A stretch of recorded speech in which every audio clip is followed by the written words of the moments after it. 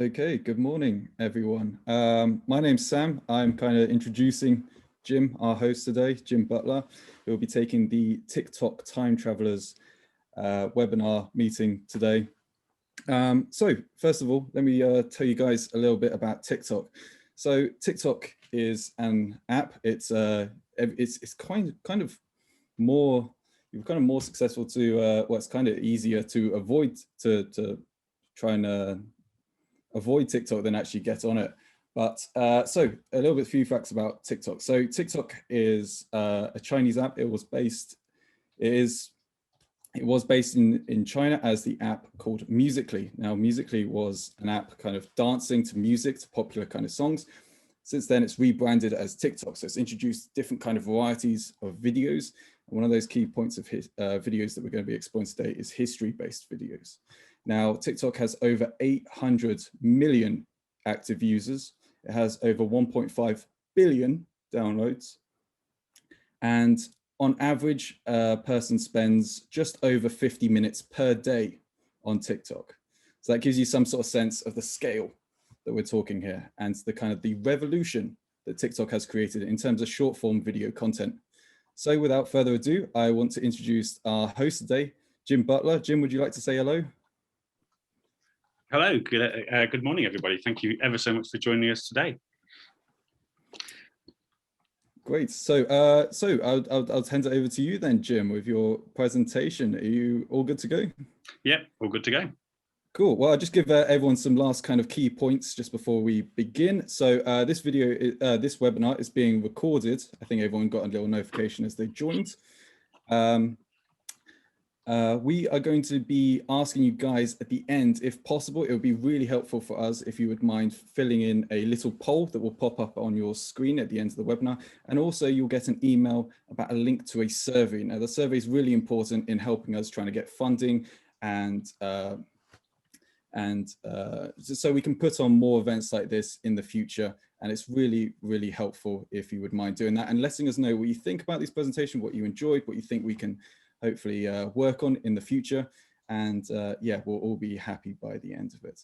So yeah, without further ado, Jim, I'll let you take it away.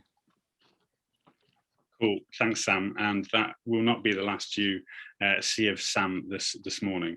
So I'm going to start off, I'm just going to screen share, and then hopefully you can all see what we've got coming today. So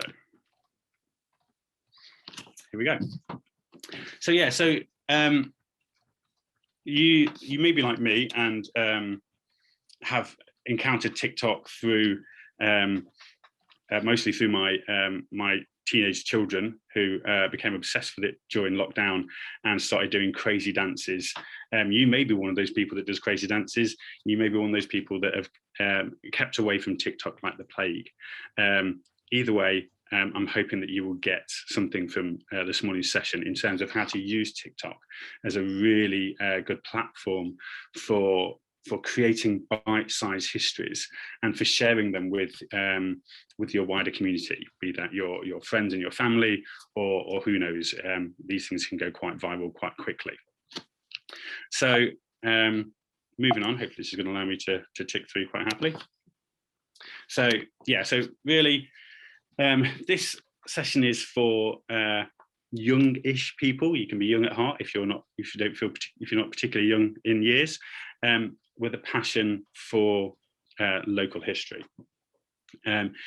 For people aged 13 plus, and we say that because that's the age restriction that TikTok has. They say that their app is only suitable for people aged 13 and over, and who want to use TikTok to share their historical knowledge. And like I said, people with a wide variety of experience of using TikTok. You can be a first timer, or you can be, you know, very experienced and already have your own channels and everything anyway. And obviously people with a smartphone or tablet that has the TikTok app. What we're going to do as we go through is, if you'd like to have any questions that you have as we go through, please put them in the message boxes below in the chat, and our colleagues at CBA will collect those. And at the end of the session, we'll do a Q&A through those, and we'll hopefully answer all your questions, especially if they haven't been answered already along the way. And then if there's still further questions after that initial Q&A, please feel free to ask. So what we're going to explore today are, firstly, how to research your local history using a variety of internet tools, ideas on how you can start writing and shaping your script, how to film your footage, and then how to add images and effects, which obviously is what TikTok in particular is known for, and then how to upload and publish your TikTok and then ultimately promote it.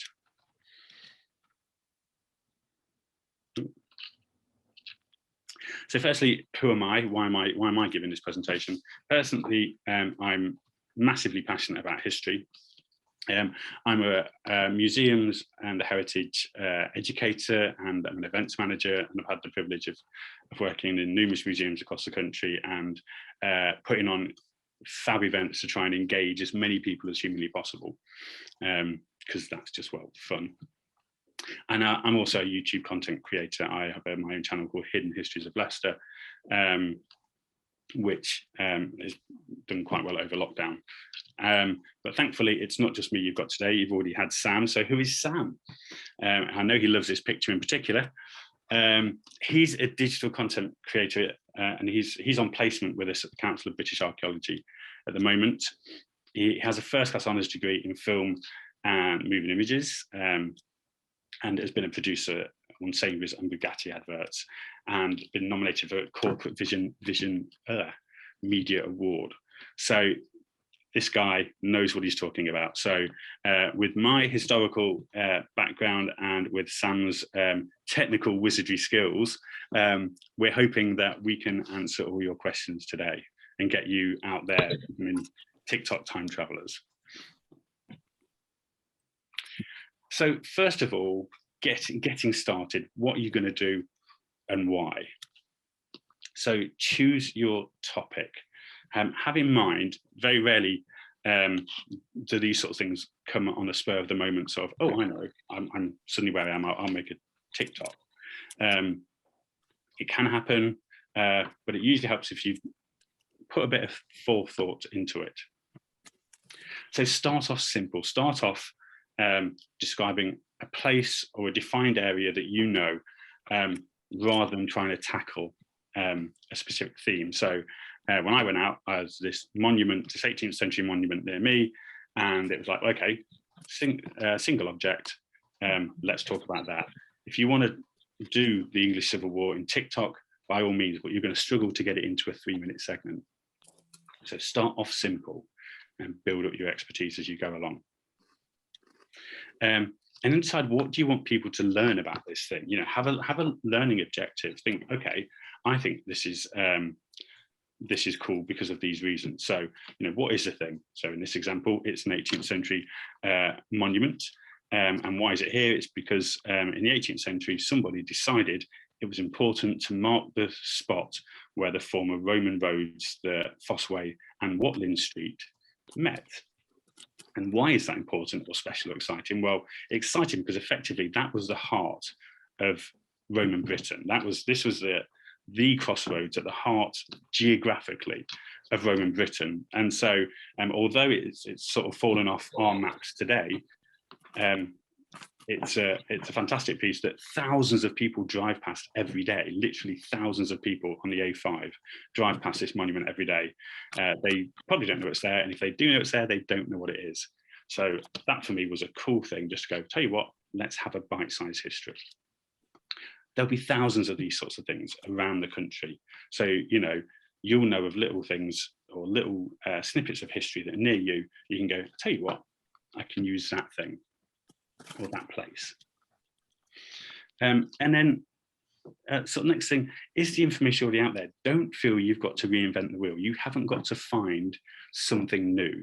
You're taking something that is already known about, and you're just giving it a new audience. So don't feel you've got to, you know, be the first person to discover something in the world, you know, and look around. I found a great little book. This is a really cheesy book. That I found on eBay for a couple of quid. This is Tales of Old Leicestershire. And it's a little book that has a dozen stories, you know, about witchcraft and this, and old fables of Leicestershire that actually are a great starting point for going, oh, I tell you what, let me go and find out where that witch supposedly lived. And suddenly you've got a little TikTok already in your head starting to form. So just look for what's already out there. Yeah, you can do. Sorry, I'm on mute. Okay, so researching your topic. Now there's loads of information out there. Obviously there's record offices, there's libraries, there's museums, there's online. I've tended to start off, especially during lockdown, looking online, trying to just see what's around me, and then seeing what I can get to locally, and we're going to come on to that a bit more in a second. But museums, again, and libraries are fantastic places just to, if you know, they're free to go in, have a look, might give you a bit of inspiration as to, oh, here's something that I could talk about, here's something that, you know, might excite some of my friends that they never really knew was there before. So online research, which may feel a bit like, is that actually archaeology? Well, you know, it is. All archaeology starts with some fundamental research. So I've got a little thing because it asked me to let someone in the waiting room. Now, there are loads of online tools out there that you can use. Some of them are massively in depth and some of them not so. So here's some things just to look out for. So Heritage Gateway England is it's the home of the Heritage Environment Record online, which we'll discuss in a moment. Things like the National Archives, People's Collection in Wales, Historic Environment Scotland. There are academic and archaeological research out there, which is all online once it's published. So there are papers, posters, which tend to be condensed versions of papers, which are quite handy. They usually tend to have all the bite-sized information. So I know that the University of Leicester Archaeological Services website has some great posters about some of the excavations they've done, which just gives you all that key information and nicely condensed without having to go through a full archaeological report, which can be quite a lot to get your head around, especially if you're not a trained archaeologist. And then there are publications as well. So again, sometimes if they're really good or there's been quite substantial excavations, they may well get their own little book that you can buy, and they can come complete with illustrations again to help you picture what used to be there. So they're really handy. And of course, there's things like Wikipedia, and there is a lot of online stuff out there. Now, a word of caution, if you're going to use Wikipedia or if you're going to use any other online sources, check that they are reliable. Look at the citations, look that actually where they've come from, or where that paper or idea or page has come from. It's actually based in some sort of good research. And if you're not sure, then start to cross-reference, start to look for, if there's a story of a certain find or a legend of something nearby that you want to do a particular TikTok on, then just check that this isn't something that just one person has ever heard of. Check it's something that actually there's a bit of a paper trail for, to make sure that what you're saying is as accurate and as authentic as possible. Because if you're like me and you're the sort of person that wants to, engage people in what's out there, you also want to make sure that you're seen as a trusted source of information. So check your sources, check your citations, just make sure it all sounds feasible and looks like actually this is authentic. So the HER, the Heritage Environment Record, we're going to have a look at some of these examples in closer details in a second. But just to give you an idea of what the Heritage Environment Record is, basically, as sites are excavated and reports are created, that information is uploaded to a whole range of central databases.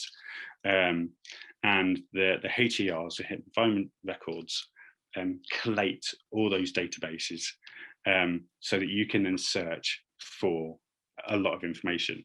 And that's on archaeological sites and finds, about historic buildings, historic landscapes, and all of that is contained. So we're just going to have a look at 3 examples of those environment records. Now, what I've done in the next part is I've just recorded myself, recorded my screen, just giving you a quick demonstration. So here we go with the first one. In Wales has a number of very useful resources, maps and collection archives that you can flip through at your leisure. If you want to look at something more specific though, then let's say, let's have a look.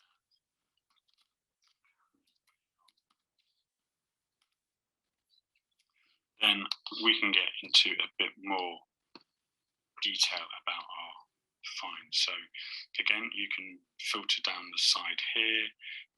There are trails, there are stories, there are collections relating to it. So I'm going to have a look at the castle. So I'm going to have a look at this, click on the castle. And here's an aerial view of the castle. Now I can click on view map, hopefully. And that shows me map of the site, and I can then actually look at an early edition where that now features on early historical maps. So again, excellent for wanting to take just a bit of a closer look. You can zoom in and out. Again, looking for continuity and change, looking at how streets, towns, roads have changed over the time. This is a really handy tool again to see. So look at this tide map.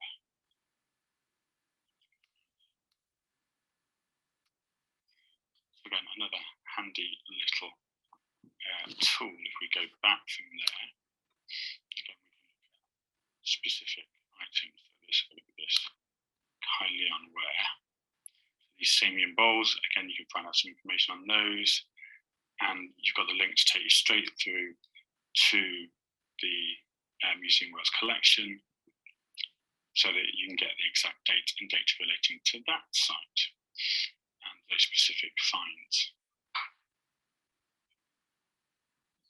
Okay, so that's the People's Collection in Wales. Again, there are a couple of other sites again which give you that extra added levels of interpretation to help you just find out a bit more about where you're looking in your locality and things related to that. So the next one we're going to look at is the Historic Environment Scotland website. Historic Environment Scotland. We simply go up to Archives and Research, down to Archives and Collections. Then this useful little tool here, PassMap. Now, there's a whole introduction section which shows you how to use PassMap, which is well worth spending a few minutes going through. But for today, we're going to go straight across and we're going to enter PassMap. So let's think of a famous Scottish historical event, and let's go for. So we simply enter into search. Let's enter, and there we go. I'm going to go for. So we'll zoom in on the map. It tells me the latitude and everything about that location, but not much else at this point. But if you go back, I can then select, let's have a look at the historic environment record. And okay, so we will drag this over. I'm holding one mouse down and dragging with the other one. So these yellow areas are historic environment record details within the map area that I've selected. So let's have a look at this little one here. Let's click on West Hill. And that brings me up a list of post-medieval find, Culloden battlefield area. Let's find a bit more details. Opens a new window. And here we can find, let's have a look. So summary, small quantity of metal objects were recovered during the metal detector survey in 2013. Full description, quantity of metal objects, 42 objects recovered, including 2 copper alloy buttons, 1 copper alloy buckle, a lead or pewter object. And if we wish, we can then click on this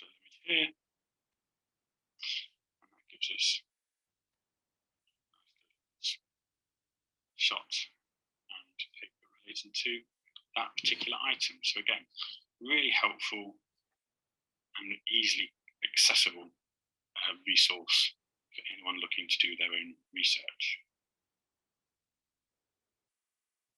Okay, so that's the Scottish again, and the National Library of Scotland as well has some great map apps that you can go to cross-reference, and that actually covers the whole of the UK, their historic maps database, which is fantastic.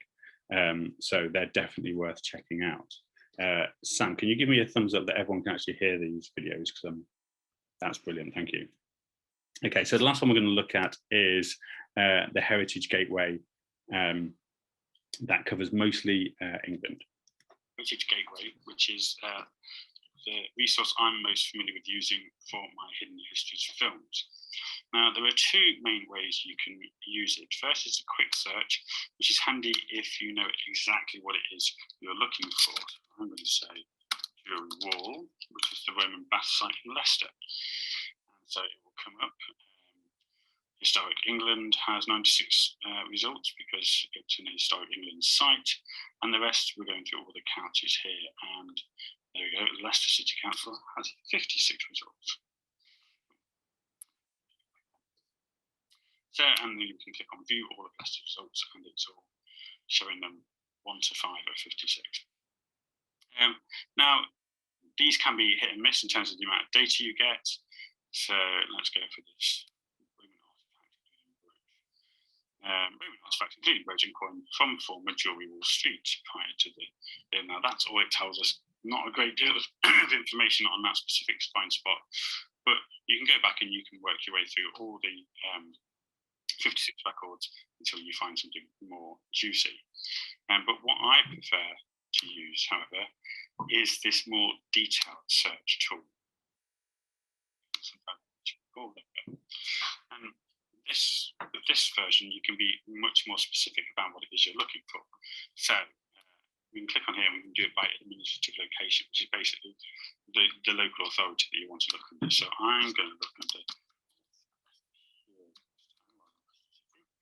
there you go, Leicestershire. And that's what I want to put. In terms of what I want to find, I don't mind, I'm looking for everything. Now when, now this is where it gets more interesting. So you can have all periods, or actually what I'm looking to do is look at a specific period, and look, you can literally go through all the way through these periods up until the 21st century. So for me, I'm going to stick Roman, where's my Roman? Let's go on.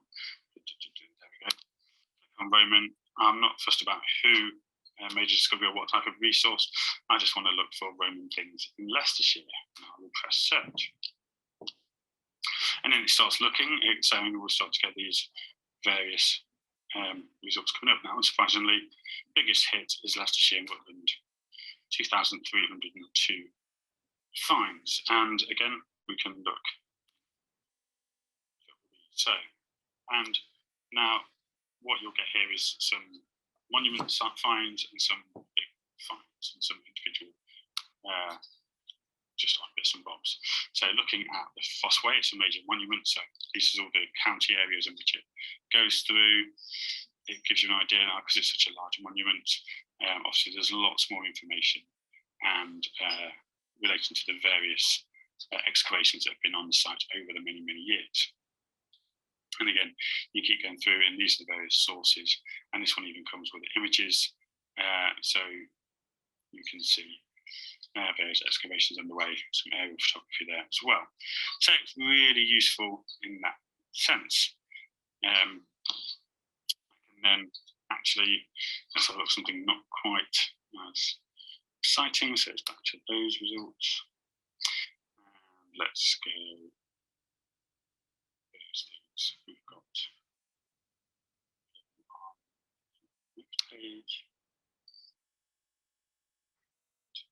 Ooh, I need Roman ritual site north of Hallerton Manor. So, for those who don't know, the Hallerton Hoard was a find of over 1,000 Iron Age coins. It looks like a ritual site. So we've got a shrine date, it's to early Roman, and here we have a summary and all the additional information you could want. Again, lots of detail, got a full list of allocated associated fines with a side to this, some looks like it's LiDAR or geophys there. That images as well that go with it. So again, you can get quite in depth, and I find this hugely helpful. I mean, it does mean sometimes trawling through a lot. I have probably been through almost all of the 2,302 records to do with Rome and Leicestershire, but it's really, really helpful tool. Okay, so hopefully that's given you some practical ideas of how to use these websites. Again, the historic environment and the heritage environment records are, you know, the best place if you're looking for specific detailed information about what's been found where and when. They're fantastic places to go. And again, with the accessibility and things like historic maps as well, you can really start getting some really good images to put up as backdrops for your TikToks, and just to help you create a much lively sort of bite-sized history. So now when it comes to doing your TikTok, it may look that, or especially the professionals make it seem like they just talk off pat, you know, there's nothing, they've just made it up on the spot and they're just talking to you like I'm talking to you now. However, oftentimes actually there's at least a script or some prompts behind it that help them to create those TikToks. So I just wanted to spend some time looking at some of the key elements. So this element on the left of the screen here, that's the script I've written for a TikTok about the High Cross Monument that you saw earlier.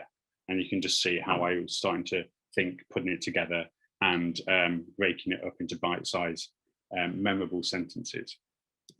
So first of all, you need to figure out what is it you actually want to say about this place or this thing.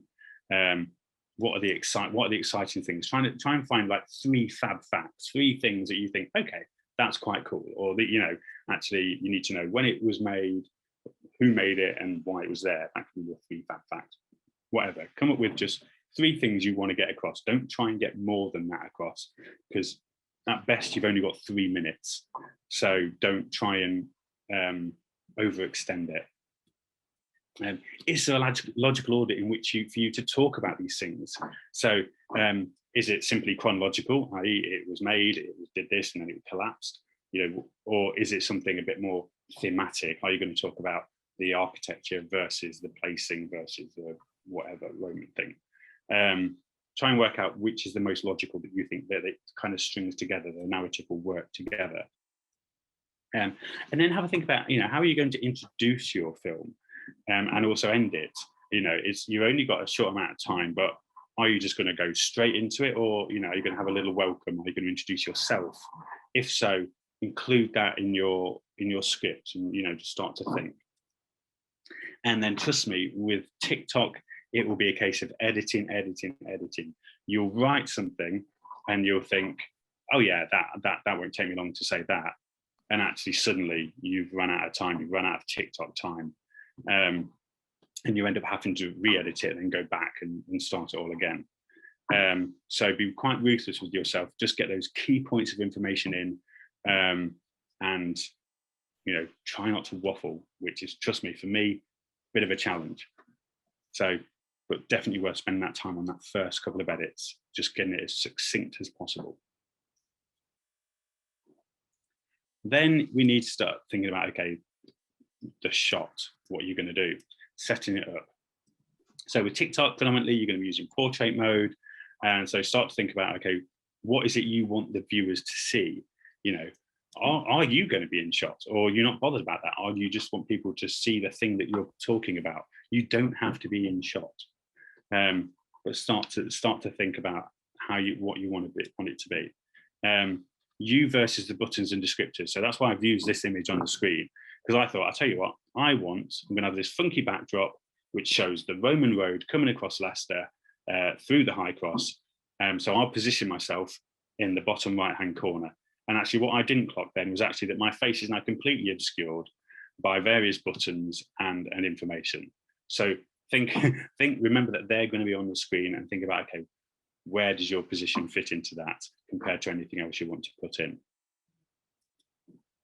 And again, from the start, are you doing 15 seconds, 60 seconds, or 3 minutes? Set your time at the start, because you can't change midway through.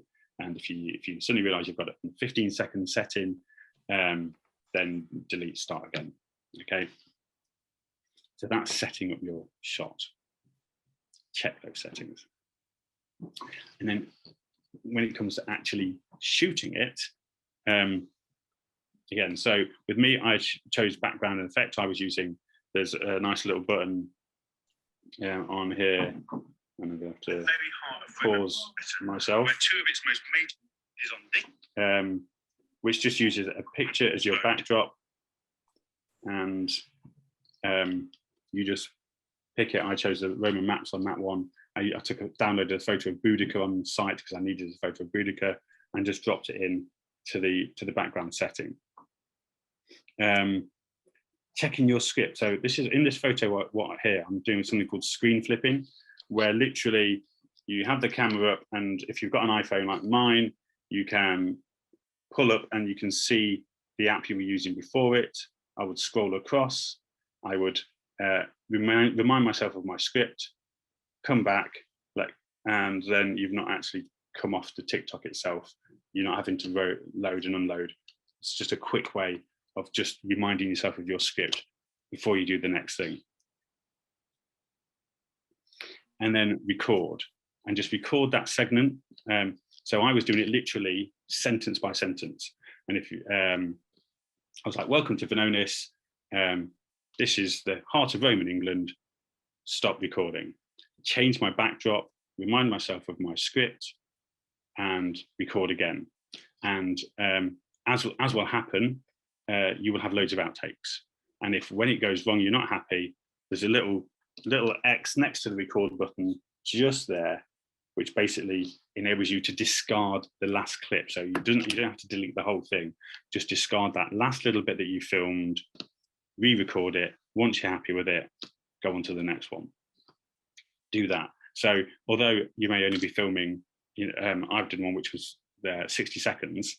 By the time you've got all your outtakes out of it, it's probably taken me about 15 minutes to film.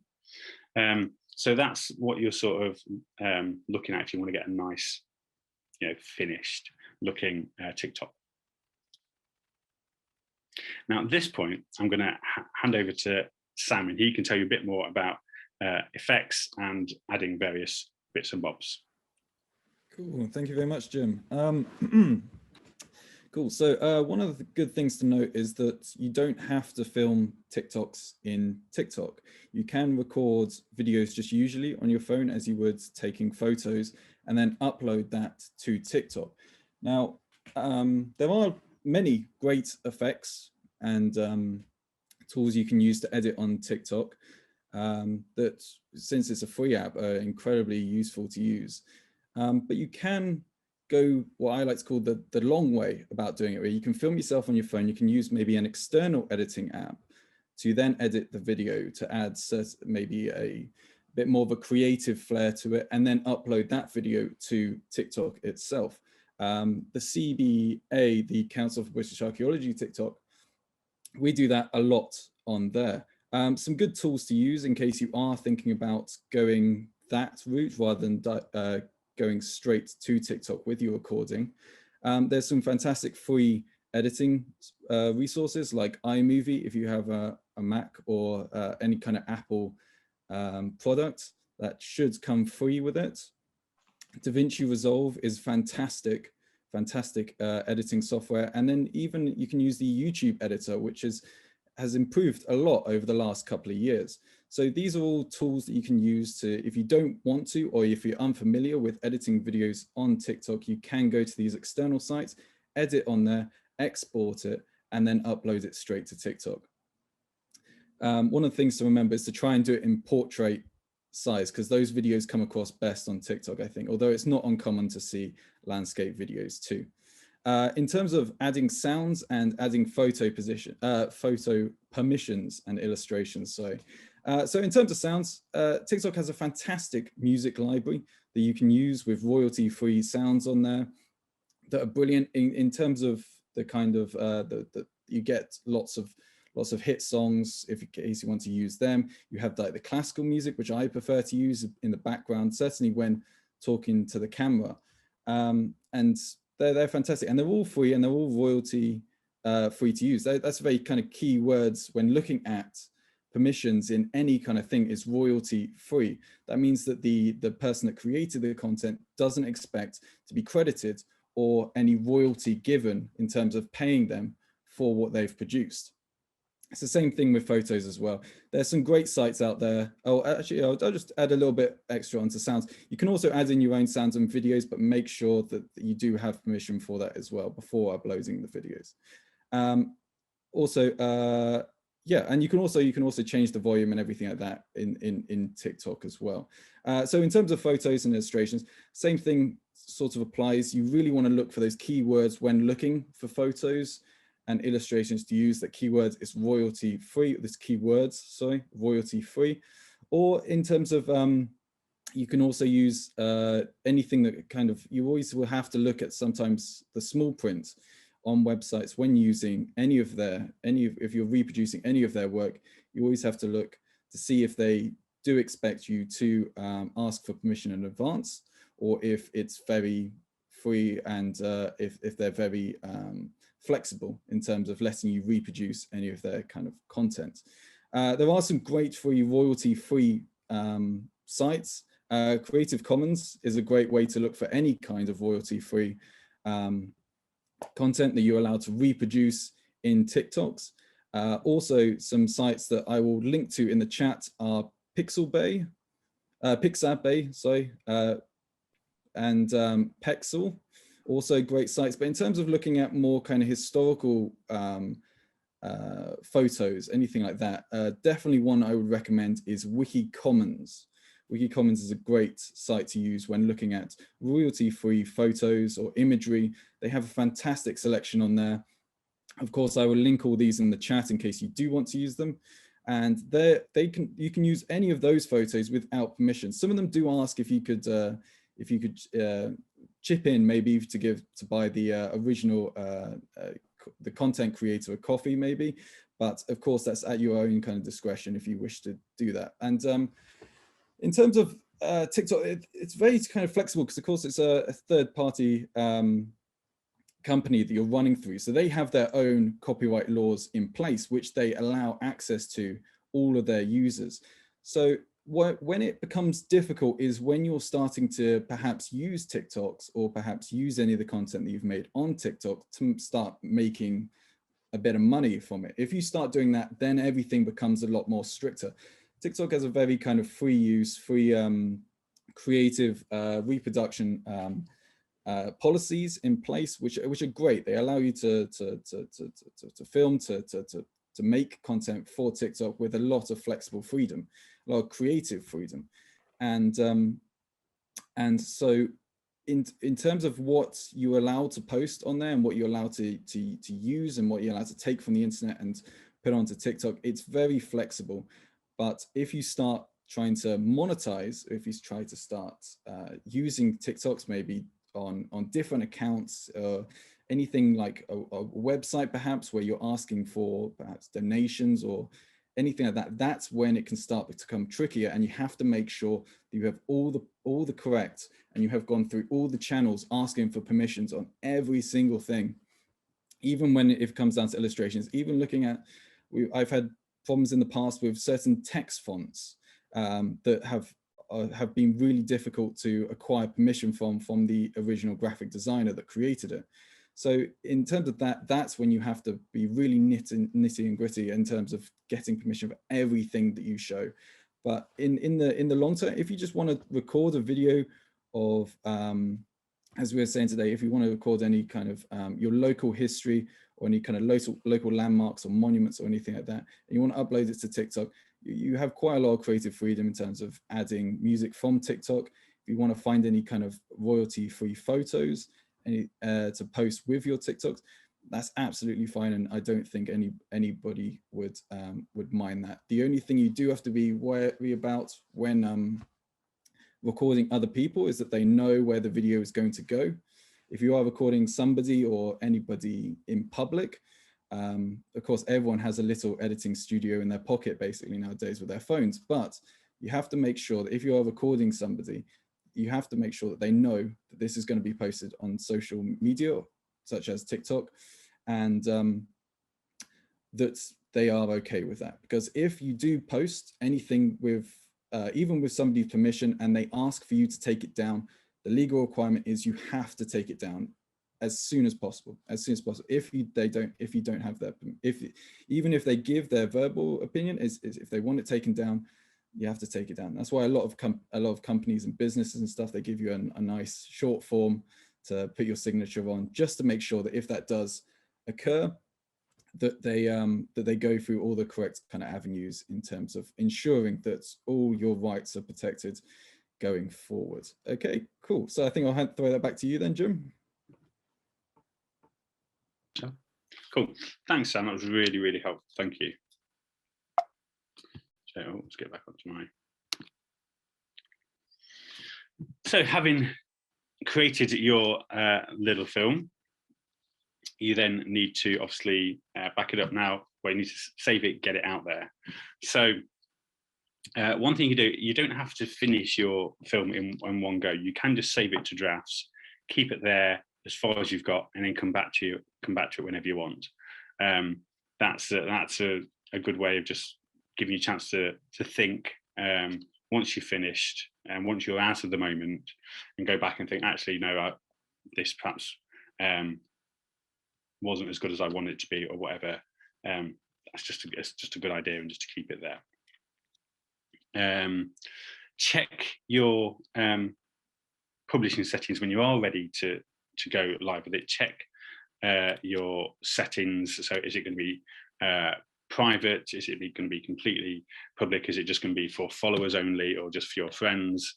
Think about, where and how you're going to publish it, and then start thinking about promoting it. Now, a lot of TikTok is all about hashtags. Sam, if you want to come in at any point with this, I mean, one of the main hashtags is the For You page, which is pretty much everyone who goes viral is because it's gone to the For You page, and people have been really interested, and they've started sharing it, and it's gone, and it goes, and it goes, and it goes. But again, hashtag everything that you think may well link to your video. So if it's about Leicester, hashtag Leicester. If it's about Romans, hashtag Romans. If it's about Boudica, hashtag Boudica. Hashtag every word you can practically think of, to try and just increase the spread and capture people who are interested in similar things to you, who are likely then to pick up on your video. And similarly, if you follow people who are also making films like you, not only will you pick up perhaps some good ideas, but also they may well suddenly start following you, and suddenly a network starts building up of like-minded people who are sharing and promoting your things for you. So hashtags is really the main way forward. Obviously, you can also link your TikToks automatically to various other social media accounts like Instagram and your Twitter and so on and so forth, so that as soon as you post onto TikTok, it also uploads to whichever other accounts you've got as well. So you're using multiple platforms again to promote your content. And obviously, the more your content is promoted, the bigger reach it will have, and hopefully more people will start to follow you, and so on and so forth. Sam, have you got anything else on promotion that way? TikTok's quite good in terms of giving, if you do want to get more involved in it, it's great at giving you prompts in terms of what's trending for TikToks as well. In terms of, so if you want to jump on a trend or anything like that, TikTok's great for that. In terms of history ones, hashtag history is great, and anything archaeology, hashtag archaeology TikTok has a massive, fantastic community on there where everybody comments, and they try and get to, if anybody has any kind of questions, the hashtag archaeology TikTok community jumps on it, and everybody starts giving their own opinions, own answers, and it creates a really nice community. So if you are curious about any of that, you can even just search the hashtags as well, and and look at what's trending in that community. You can learn an awful lot through it as well. And yeah, hashtags are a really useful way to get your video out to a certain community. Also, if you, because I hope loads of you guys do local videos, put hashtag York, hashtag Leicester, hashtag London, where it is you are filming, and you will get people from that TikTok that are on TikTok in your area also jumping on board, being like, oh, I never knew that about something, like Jim said, that you walk past basically every day and you've never known the history about it. So it's a great way to get information, history, and what you love to the people around you in a really efficient way. Cool. Thanks, Sam. So clicking back onto here. So just I wanted to take a few minutes just to talk about obviously keeping safe. As were there any social media and online presence, you just need to be wary that unfortunately there are people out there who may look to take advantage or manipulate your content or you in some way.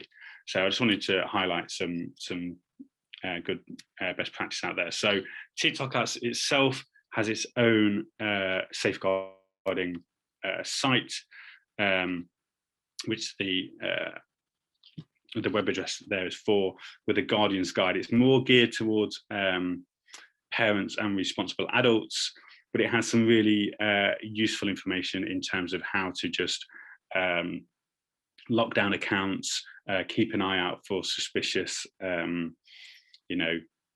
trends, i.e., are there any potential, people using potentially sexual emojis like the aubergine or things like that.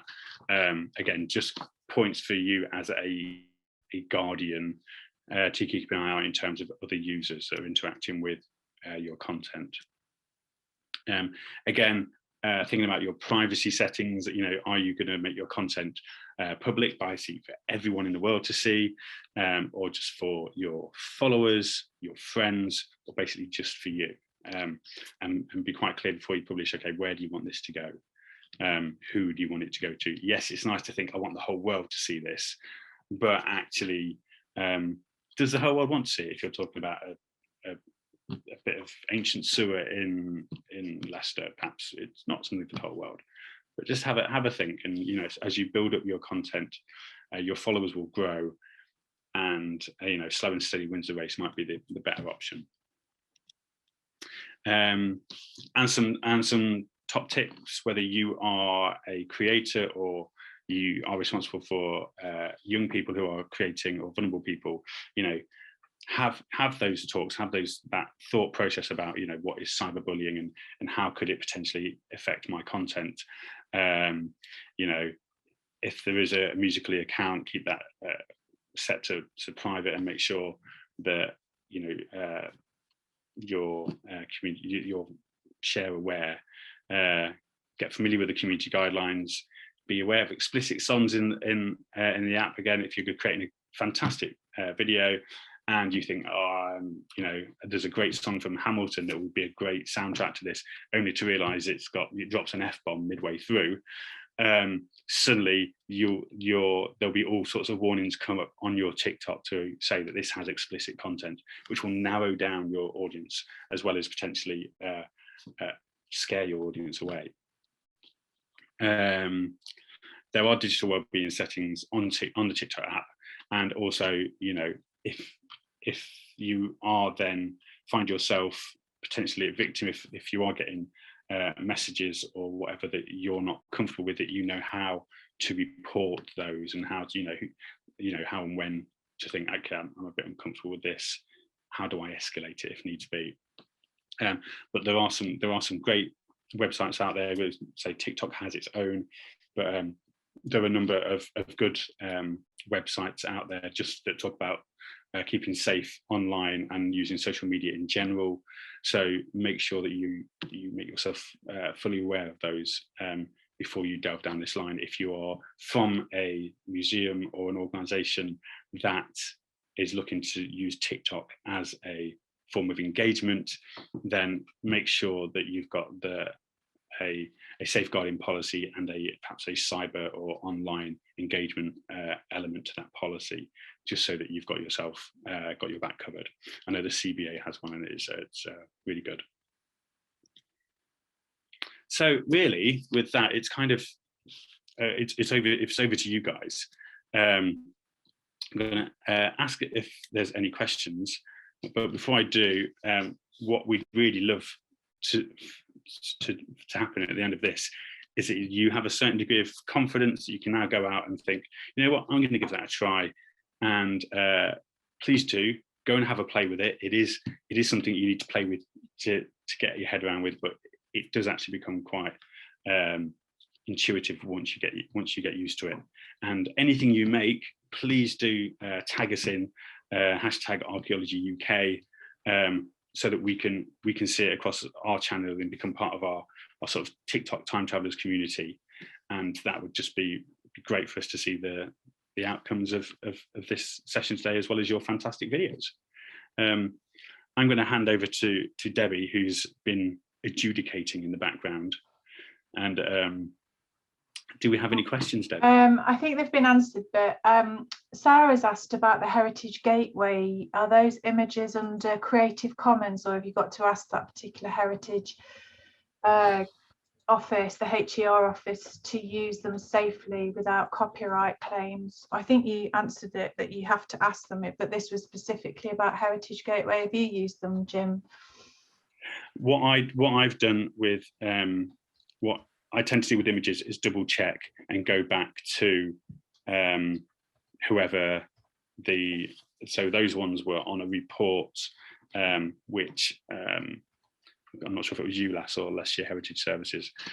So I would go back to whoever. So I've ULAS, University of Leicester Archaeological Services, for the things that for the videos that I've made, have been very good. I've explained obviously what the videos are about. They've seen some of the content, and so they've happily said, you know, we're happy, and they've sent me an email with a copyright disclaimer in saying we're happy for you to use our content in this way. A lot of it does come under Creative Commons. You know, if you're using it for an educational purpose. I mean, as Sam mentioned earlier, my things on YouTube. As much as I'd love them to be so popular that they made an income, actually, if they got to that point, the nightmare that they would then create in terms of the copyright I have, because of the agreement I have with ULAS and with Leicester City Council, is basically said I'm using these in a not-for-profit educational way, and they, at that point, they're usually happy, yeah, go for it. But I would always say go back to source if you can, just to cover your own back. There's another question from Ashley. How do you choose a TikTok trend to follow? Sam, you're the trendy guy. In terms of what to follow, whatever interests you, they have great communities there. If you have like part of the community and you just put TikTok on the end, it's usually people hashtag that, such as history TikTok, archaeology TikTok, science TikTok, maths TikTok, whatever kind of interests you. If you have, there is a community out there for everything now. As I mentioned, like 800 million people are on TikTok, active users on TikTok. So there's a community for everyone out there. In terms of what you want to do to get your video, in terms of hashtagging to try and reach the most viewers, I think, yeah, Jim said the For You page, that's kind of everybody on TikTok. Well, not, I don't want to say everybody, but a lot of people follow the hashtag For You or FYP, For You page, which is everybody's kind of, it's almost like a homepage for TikTok, the For You page. So if you want to get it out there to a much wider community, or if you want to see a much kind of wider range of videos, the For You page, hashtag For You page, or hashtag your page, or hashtag FYP is a great way, a great place to start. And then also you can see at the bottom of every video what people have hashtagged their videos as. That's a great way to kind of go down, I don't want to call it like a rabbit hole, but like a chain of seeing what people are tagging their videos as. So you can click on their their hashtags on their videos, and it comes up with all the other videos that are hashtagged that way too. So it's a great way to gauge what a community's like on TikTok, but then also what people that say, I'm going to use example because of course we're the archaeology council, but if you look at a hashtag archaeology video, they will have like hashtag history, and then you click on the history and it comes up with all the hashtag history ones. Right. You can spend hours and hours and hours just following the hashtags here, there, and everywhere, and it's great fun. It really introduces you to different kind of communities and different people, and it's really kind of a global movement, TikTok, at the moment. And so it's great just to start with something that you're interested in, and then following the kind of hashtags through. Hashtags are the best. Hashtags are, well, apart from like sharing your TikTok page, it's the best way to reach an audience. It's the best way to find great content creators as well. It's run, I think, through hashtags far more than any other social media sites out there at the moment. So it's a great way to find and to interact with communities. Okay, and then from Nina, because we're kind of running out now, for a heritage organisation setting up a TikTok account to reach the wider community, would you recommend having a public account or a private and slowly building up their following?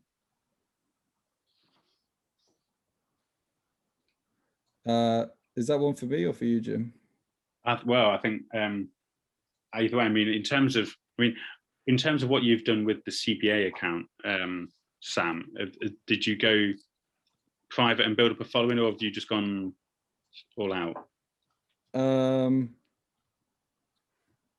So I'm just trying to check. I think we're just a public. No, we're just a personal account. But so what was the question again? Sorry. If it's a heritage organisation setting up a TikTok account to reach a wider community, would you recommend having a public account or a private and slowly building up a following? Public, I would say.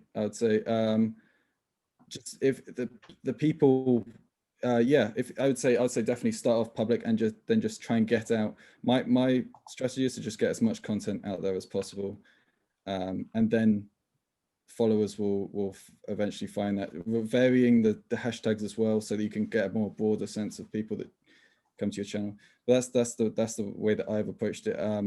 If you prefer to start with a couple of followers, then by all means put your account on private, and then share it to the people that you know, and then get a good starting ground. But I think if you put your account on private, it does limit the amount of people that will be able to find you. So I think it has its pros and cons both ways. There's no more questions in the chat, but if anybody wants to raise a hand or ask any questions, then we're checking it constantly to have a look. I just wanted to add, actually, Sam reminded me, and I should have mentioned it in the when I was talking about some of the effects, is that when you're looking at other people's content, it tells you if they've made it in TikTok, i.e., not create it in an external format and then exported it into TikTok. If they've actually made it in TikTok, it will tell you what special effects they've used. So if you and it will just say at the bottom of the screen near the hashtags. So again, if you spot something that you think, oh, that's quite cool, or that was a really impressive way. Like there's one thing that I've used where I'm talking to you now, and when I raise my hand, it places an image there. So I had a picture of Boudica, I think, or some Roman general. And so when I wanted to reference them, I said, and then Boudica came along, I raised my hand, and magically in my hand appeared the picture of Boudica. And so that comes up on the bottom of my TikTok video. So you can automatically go, oh, okay, that was cool. I know actually what I'm looking for in terms of special effects. Which again is helping you then just create ideas and an understanding of how you can best utilize the various effects that are on there. Someone's asked if there's any top tips for making people feel comfortable in front of the camera if you want to do interviews. Sam, you've probably got a wealth of experience on this here. When I interview people personally, I get them kind of, I don't necessarily get them to look straight into the camera, but I'm stood just off camera, so they're talking to me, which perhaps makes them feel a bit more relaxed rather than and less self-conscious of the camera there. But Sam, you're the one with the actual qualifications. Oh gosh, I don't know really. It depends. It really depends on the person. Some people can really surprise you as soon as you play on the camera, and they can just completely come out of their shell and absolutely love it. Some people have to take a bit more work. The main point I would say is to be patient with everyone. Everybody's a bit different. Have to see what works for them, even if that means just doing a quick run through just so that they know what they're saying. I always do that.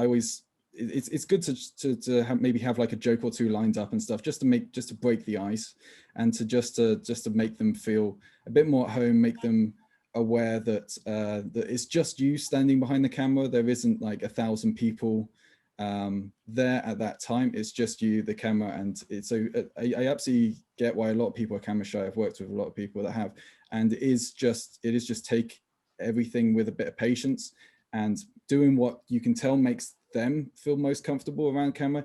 Like if they ever need to look, some people are terrified about looking down the lens of a camera, so maybe move the camera slightly to one side, stand behind it, and just have a conversation with somebody, and then just hit record on the camera when you feel like they're comfortable enough to be recorded. Also, do run throughs, make them feel confident with what they're saying, and make them feel relaxed, and do it somewhere where it's out the way of the rest of the public. Some people don't want to be seen to be recording. Like as soon as a crowd like gathers around, it can start to be really nervous for people, and they can start breaking, they can start, being a bit more conscious of what's going on. So maybe finding a nice quiet spot where there's not many people around, it's quiet, they don't have to worry about anything going on around them, like doing videos next to roads and that kind of stuff. You're going to get somebody that walks past that's halfway through the recording is going to be like, what are you guys filming? And that completely throws everybody off. So I would say do it somewhere where they feel safe, comfortable, it's quiet, and where they can be most relaxed. I've got a couple of people saying that they haven't got capacity now. Could you share your email addresses in case they need advice at a later time, please, in the chat, or unless you want them to go straight to the festival and I can forward them on. It's up to you. Yeah, also I have a question. Editing. How easy is editing? Is it just a case of you upload your things and then you just cut and paste bits? How easy is it? In terms of on TikTok? Yeah. Okay, Jim probably knows a bit more about the editing on TikTok. So I did like I said earlier, with the ability to basically go delete the last element that you've done, made editing a lot easier. So you basically you're filming in one go. So rather than perhaps filming where making a film where I would go away and I would film different segments in different places, and then edit them all in together into a timeline. With this, with TikTok, it was a case of, right, I'm in the place, I'm doing it all here now, and I would record it to a point, like I say, I'd do it bit by bit. It would be chronologically through my script. So I'm talking sentence number 2, then I'm doing sentence number 2. Didn't like the way that came across. Delete that little bit of this, delete that segment, retry it. I'm still not happy, delete that segment, fine. Okay, this time go on to segment 3.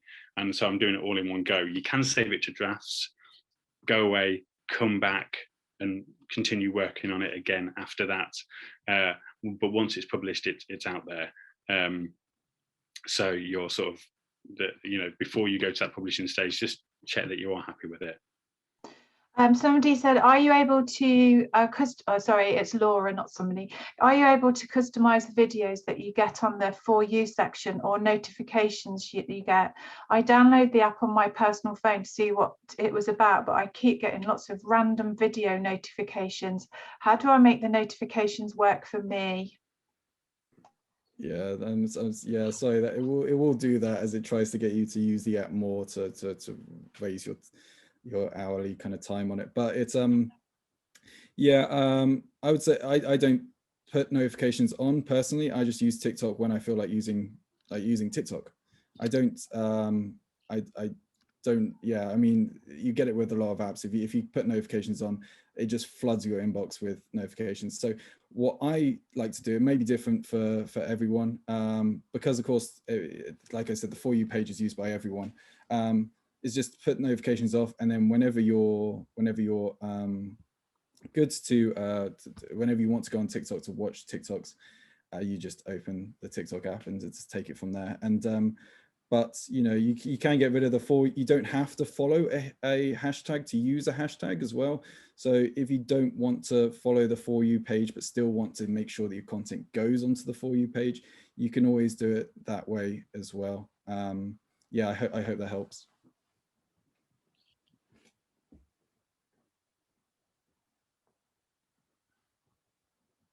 Any more? There isn't any more questions that have come through, and nobody has their hand up either. We allocated time till 12:30, thinking there'd be quite a few more questions, but I think the questions have been quite informative, and there was such a lot of content. I think you covered a lot of the questions. So Oops. No, that's great. That's not an ups. That means that you pitched it just right, actually. Yeah. So if everybody's okay with that, I'm going to put forward our poll.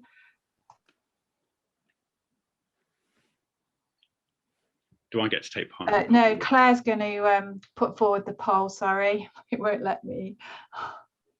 Oh yeah. Can I answer the poll, or is that seen as bad form? Oh wait. Why not? No, I don't think you can.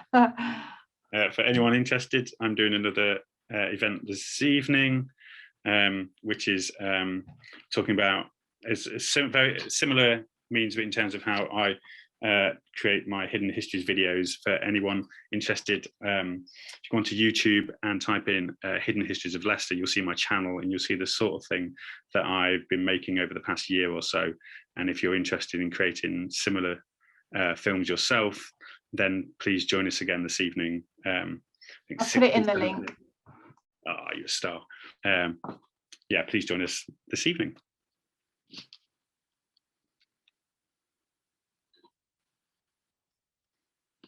Claire will tell us when the poll's finished, and then we'll end. But thank you everyone for coming.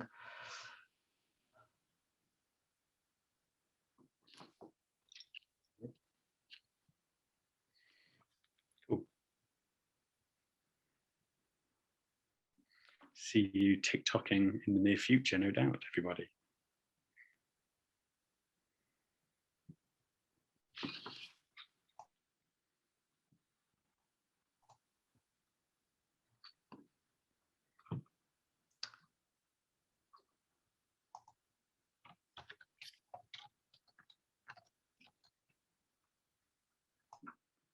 Probably not had the poll. I'm just asking Claire how.